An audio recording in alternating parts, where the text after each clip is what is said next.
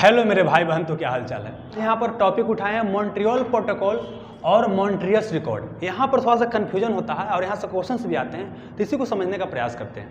देखिए, Montreal protocol की बात करते हैं तो इसका संबंध है ओजोन लेयर के संरक्षण से, ओजोन परत के संरक्षण से इसका क्या है, संबंध है दोस्तों। जबकि मॉन्ट्रियस रिकॉर्ड की बात करते हैं तो इसका संबंध किससे है, आर्द्र भूमि से। आर्द्र भूमि, अब बताते हैं आर्द्र भूमि क्या होता है। इसको इंग्लिश में बोलते हैं वेटलैंड। क्या बोलते हैं, वेटलैंड्स बोलते हैं। देखिए, सबसे पहले हम इसको समझते हैं ओजोन परत के बारे में। हमारा पृथ्वी का जो वायुमंडल है कई लेयर में बटा हुआ है। जो सबसे नीचे का लेयर है इसके बोलते हैं क्षोभ मंडल, इसे बोलते हैं समताप मंडल। तो अभी हमको समझना है समताप मंडल। समताप मंडल को स्ट्रेटोस्फेयर बोला जाता है। तो यहीं पर क्या है कि ओजोन गैस का एक लेयर है। ओजोन गैस का क्या लेयर है, और यह जो लेयर है आप बोल सकते हैं कि 20 से लेकर के 35 किलोमीटर के आसपास से सघनता क्या बहुत ज़्यादा है। ये समझिए एक लेयर बना हुआ है। तो यह लेयर करता क्या है, तो यह लेयर क्या करता है कि देखिए हमारा सन है, तो सन से जो पराबैंगनी किरणें आएगा ना, जिसको बोलते हैं अल्ट्रा वायलेट रे, आता है तो उसको क्या करता है, रोकता है बाबू। क्या करता है, रोकता है। अगर क्या है बाबू कि अगर डायरेक्ट चलाएगा पृथ्वी पर तो हमारा स्किन पर पड़ेगा तो स्किन संबंधी समस्या हो सकता है। साथ ही क्या है कि हमको कैंसर जैसा समस्या पैदा कर सकता है। तो इसी बाबू क्या है कि ओजोन परत का जो लेयर है ना, तो यही जो लेयर है, लेयर में क्या हुआ, छेद हो गया। लेयर में क्या हो गया, छेद हो गया। तो अब क्या हुआ, सूर्य का किरण क्या होगा, नीचे आएगा। नीचे आएगा तो मनुष्य को अनेक प्रकार की स्वास्थ्य समस्याओं का सामना करना पड़ सकता है। तो इस लेयर को बचाना क्या बाबू जरूरी है, ओजोन लेयर को। इसी ओजोन लेयर को बचाने के लिए क्या हुआ कि मॉन्ट्रियल एक जगह है कनाडा में, वहाँ पर एक मीटिंग किया गया और बोला गया कि हमको क्या करना है, ओजोन परत को बचाना है। मतलब कि जो छेद हो गया बाबू ना, इस छेद को क्या करना है, भरना है। तो समझिए क्या क्वेश्चन पूछेगा कि मॉन्ट्रियल प्रोटोकॉल का संबंध किससे है, ओजोन परत का। ओजोन परत करता क्या भाई, तो सन से आने वाला अल्ट्रा वायलेट रे या पराबैंगनी किरणों को पृथ्वी पर आने से रोकता है। अगर आ जाएगा तो हमको स्वास्थ्य संबंधी समस्या हो सकता है।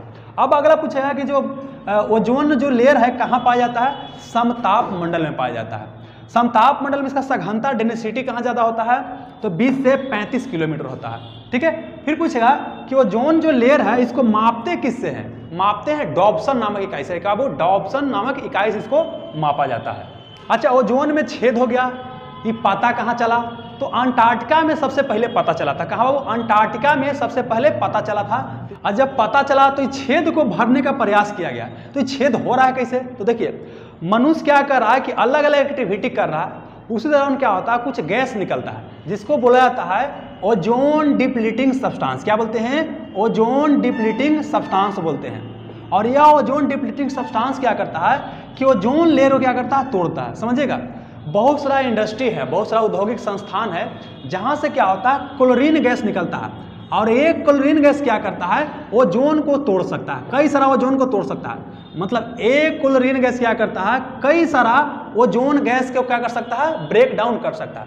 तो ये ओजोन होता है क्या, जो ऑक्सीजन होता है ना, ऑक्सीजन का ही क्या होता है, अवरूप होता है, आपका ओजोन होता है। तो इसी ओजोन को क्लोरीन क्या करता है, तोड़ता है। तो देखिए कहाँ कहाँ से निकलता है क्लोरीन। क्लोरीन निकलता है आपका इंडस्ट्री से निकलता है, औद्योगिक संस्थान से निकलता है। जो फोम वगैरह इंडस्ट्री देखते हैं, फोम बनता है जहाँ से निकलता है। कि जो रेफ्रिजरेटर वगैरह होता है ना, वहाँ से निकलता है। तो देखिए क्या है, पूछेगा कि ओजोन लेयर को सबसे ज़्यादा खतरा किससे है, क्लोरोफ्लोरोकार्बन, क्लोरोफ्लोरोकार्बन से है। तो यह बोला गया कि हमको क्या करना है, इसके जगह पर कोई दूसरा सब्सटेंस का यूज करना है, ताकि क्या है, ओजोन लेयर में जो छेद हो गया, ये छेद क्या हो जाए, भर जाए। बात मेरा तो समझिए क्या, क्लोरोफ्लोरोकार्बन के जगह पर बोला गया कि हाइड्रोफ्लोरोकार्बन का इस्तेमाल कीजिए। तो समझिएगा दोस्त, देखिए क्लोरीन गैस क्या है, ओजोन के लिए खतरनाक है, लेकिन हाइड्रोजन गैस खतरनाक नहीं है। तो इसीलिए क्या किया है कि क्लोरोफ्लोरोकार्बन के जगह पर बोला गया कि हाइड्रोफ्लोरोकार्बन का इस्तेमाल करना है। लेकिन दिक्कत अब क्या हो गया, दिक्कत ये हो गया कि जो हाइड्रोफ्लोरोकार्बन जो बाबू यहाँ पर आपको जो दिखाई दे रहा है ना, ये क्या है कि ग्रीन गैस साबित हुआ।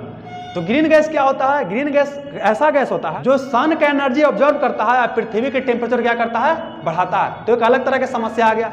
बात समझ में आ रहा, तो चलिए तो फिर समझते हैं। मॉन्ट्रियल प्रोटोकॉल ओजोन परत को बचाने के लिए कई सारा देश एक जगह है, वहाँ पर मीटिंग की है। मॉन्ट्रियल कनाडा में एक जगह पड़ता है और यहाँ से आया एक समझौता, इसी को बोलते हैं मॉन्ट्रियल प्रोटोकॉल की।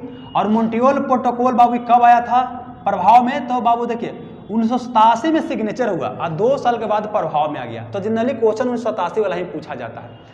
कि आपको मॉन्ट्रियल प्रोटोकॉल उम्मीद करता हूँ आपको समझ में आ गया। देखिए ओजोन लेयर के बारे में जब बताऊंगा तो एक दिन अलग से आपको बढ़िया से वीडियो बना दूंगा। फिलहाल समझते हैं मॉन्ट्रियल प्रोटोकॉल के बाद क्या बाबू, आपको समझते हैं मॉन्ट्रियस रिकॉर्ड क्या होता है। देखिए मॉन्ट्रियस रिकॉर्ड का संबंध किससे है? आर्द्र भूमि या वेटलैंड बोलते हैं। तब बोलिए कि वेटलैंड या आर्द्र भूमि क्या होता है। तो देखिए वेटलैंड आर्द्र भूमि क्या होता है।